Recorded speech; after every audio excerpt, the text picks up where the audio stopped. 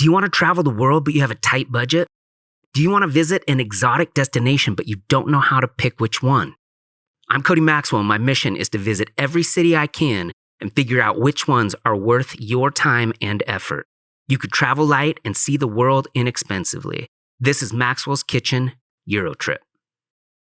5, 4, 3, 2, 1.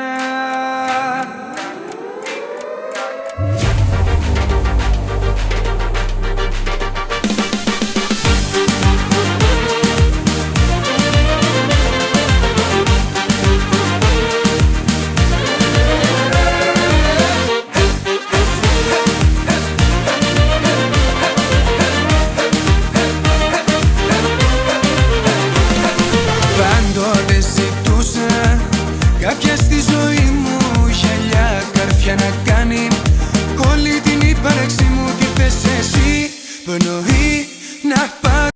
Mykonos is part of the Cyclades Islands lying between Tinos, Syros, Paros, and Naxos. There are approximately 10,000 permanent residents that live in and around Mykonos Town, which is also called Chora. But in high season, July and August, there can be upwards of 50,000 people on the island at once. And on top of that, Mykonos is one of the top cruise stops in Greece. It can get 20,000 cruise passengers in a single day. And while most of these people aren't sleeping on the island, it can flood the city during the day until they go back on the ship at night. Mykonos Airport is not very big. It's only 6 or 7 gates.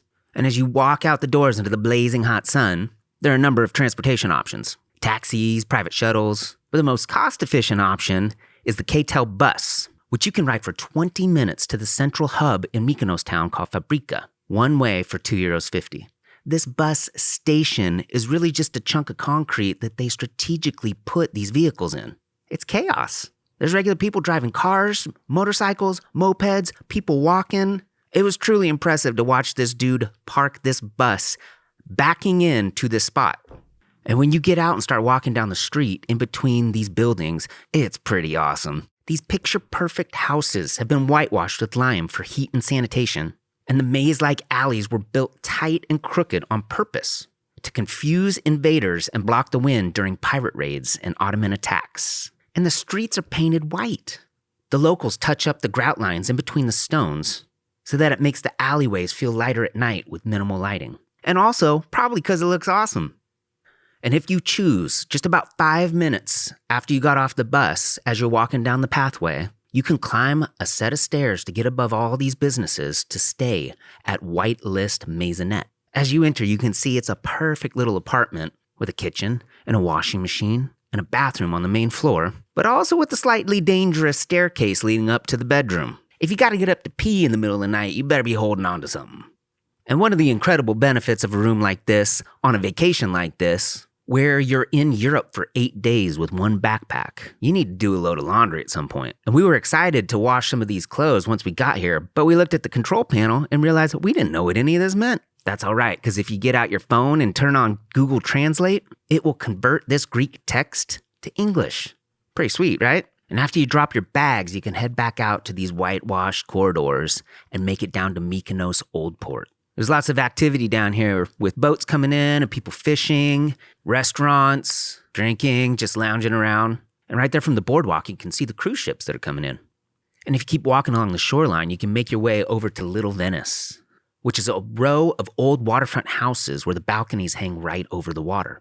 It looks romantic now, but in the 1700s, it was basically rich ship captains with oceanfront garages. You could pull a boat up, hand cargo through the door, and nobody on the main street ever saw it. And from this spot directly behind you are those classic windmills you see in everybody's photos. They're not props, they're actual infrastructure. Mykonos would harness that crazy wind that blows through to grind grain.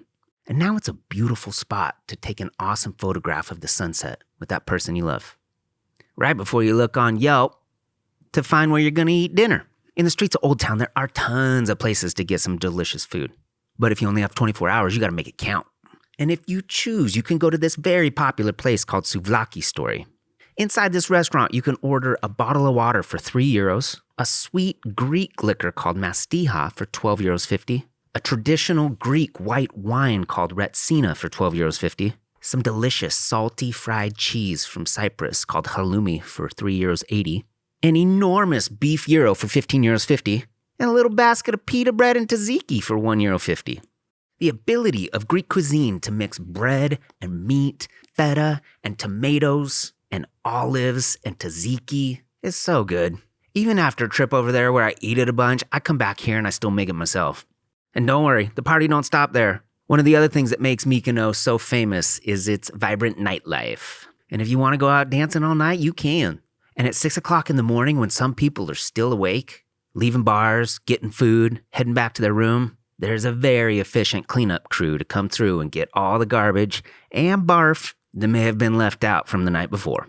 In the morning, if you have an early flight, you're going to have to call a cab because the bus doesn't start running until 9 a.m. MSK Cab Mykonos will drive you 10 minutes to the airport for €40. Pretty steep compared to that $2.50 we paid to get there. At the airport, security's quick though, and in no time you'll be walking to the next plane for your next spot. And that's it. You did 24 hours in Mykonos. It's pretty, warm, so unique, full of people, full of amazing food, picturesque, magical, delicate, lively, exciting, and bold.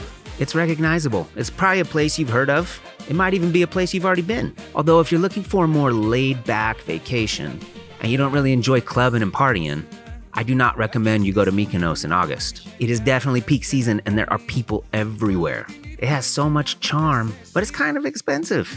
Personally, I'd rather go to something a little less known. I think Mykonos has a lot of character and is totally worth visiting. But based on my experience in August, I gotta give it 4 stars. Να θέλεις μόνο εμένα να σε έχω δίπλα μου,